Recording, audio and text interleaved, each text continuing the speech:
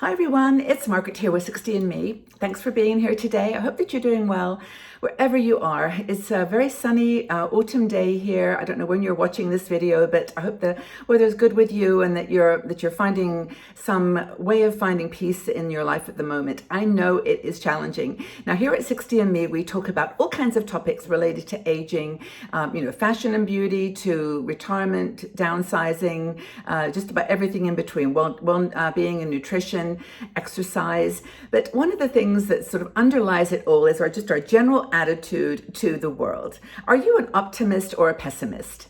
And in this video, I want to talk to you about how you can make that shift, hopefully from a negative pessimist to an optimist, because I honestly feel like whatever the challenge is in your life, whether it is something to do with the virus or what to do with just life in general, having a positive mental attitude is going to get you so much further.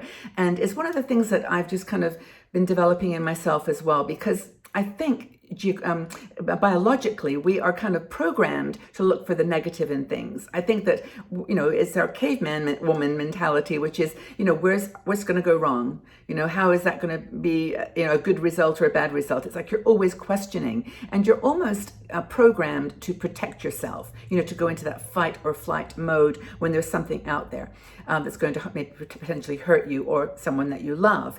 So we go through this sort of moment of almost kind of genetic negativity, but then how do we move in our lives toward a more optimistic, kind, compassionate human being?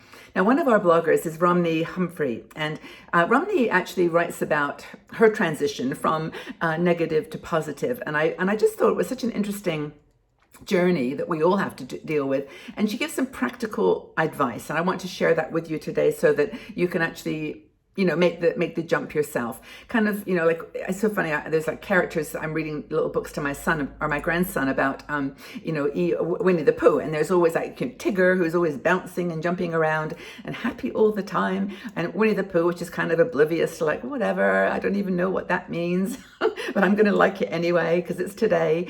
And of course, his little friends, and everyone's got personalities. And then of course there's Eeyore. And it's like, Eeyore's like, yes, it would be a nice day if it wasn't raining. And, it's like always seeing the dark side of things. And I think we all went through a similar Eeyore moment, or have various moments as we've dealt with this virus and dealt with our new lives, not just to dwell on the virus, but also in our 60s.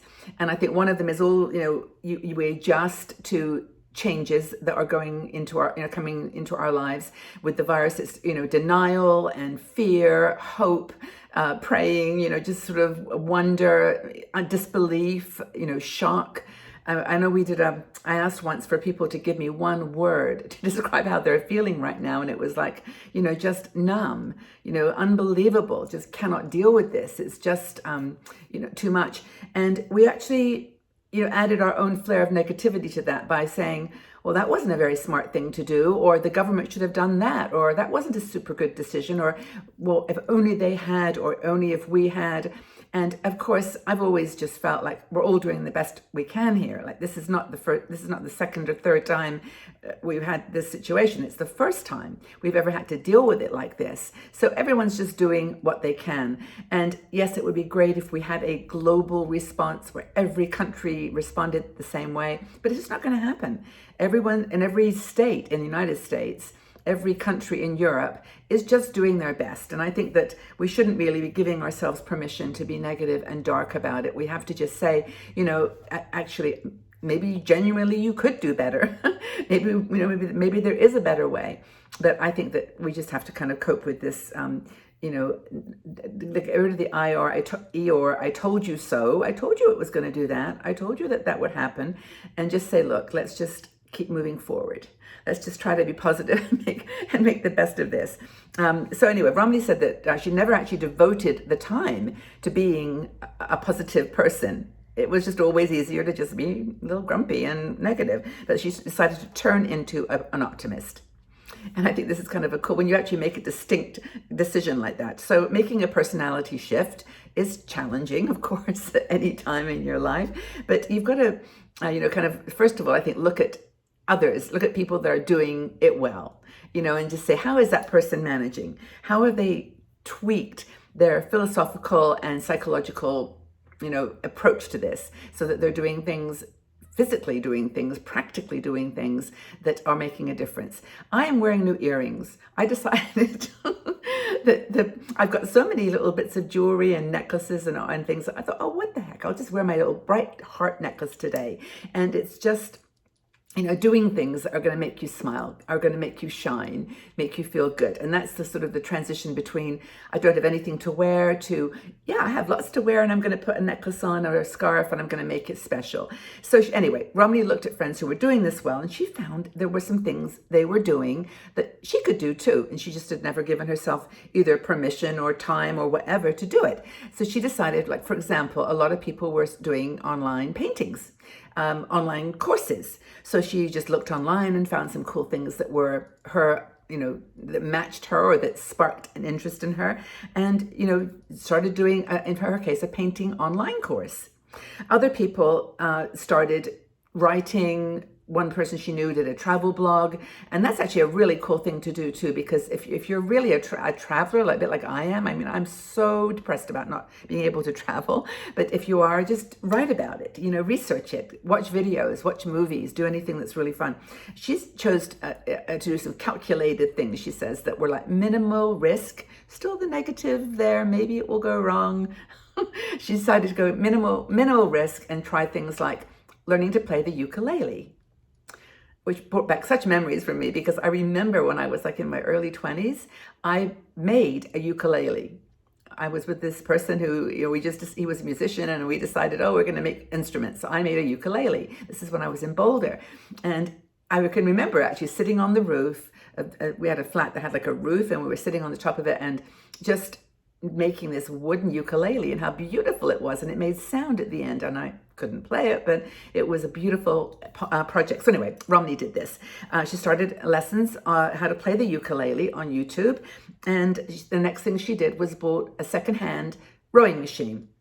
Now, I'm kind of with Romney on this, because I don't like running, but rowing is kind of cool. I mean, rowing is good for your arms, it's good for your stomach, your legs.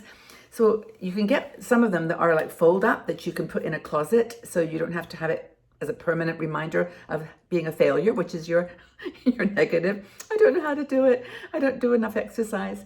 And anyway, you can just row. And she bought a rowing machine. What else did she do? Oh, practice French, 5 minutes a day, just 5 minutes a day. And actually, it was funny, because this is something that I've been doing. There's an app called Duolingo. It's free, and it's kind of like a little cartoon, like you just learn 5 words a day, and you'd be surprised how challenging it can be, actually. And if you don't set your mind to the positive that I'm going to do this every day. And so Romney did this too, learned French, and maybe you just want to learn Italian or Spanish, or I don't know, just any language, just something that you can have 5 minutes every day, that you're doing something positive to improve your language skills, and I think it's fun.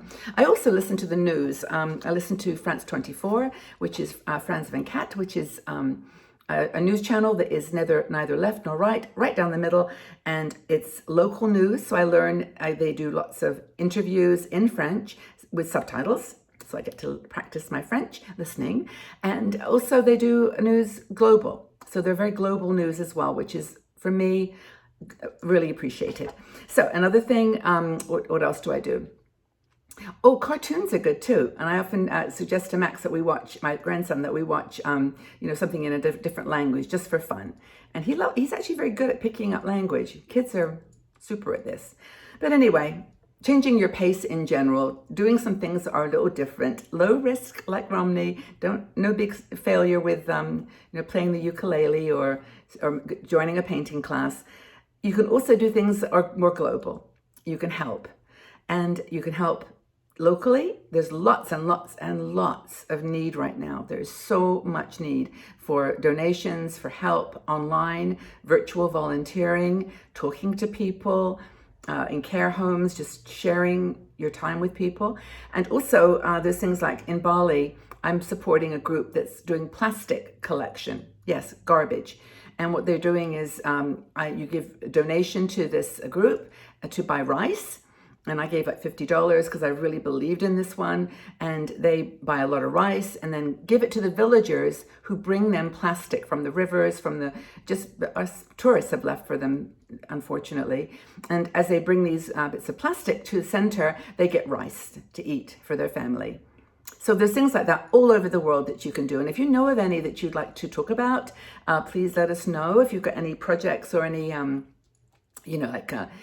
voluntary opportunities, let us know. We're in this together, I mean, we have a lot of women in our 60andMe community now. I think we reach about 500,000 on our website. We have over 120,000 viewers, subscribers here on YouTube.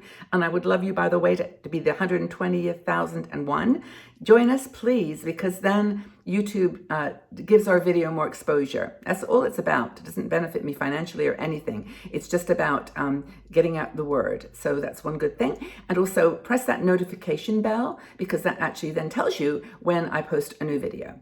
Many people actually do approach me, by the way, just as an aside, and say on Facebook, I don't see your videos anymore. Well, that's because we don't put them on Facebook. We put them on YouTube.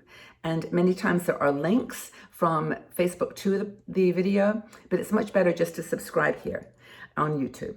So what else? Time for rebirth, time to recreate, time to become an optimist, or at least less of a negative pessimist. There's a lot of joy to see in this life, and we just have to find it, embrace it, however small it is.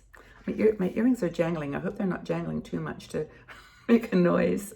Anyway, everybody, take really, really good care of yourselves. Stay healthy and strong and well, and we'll talk again very, very soon. Bye-bye for now.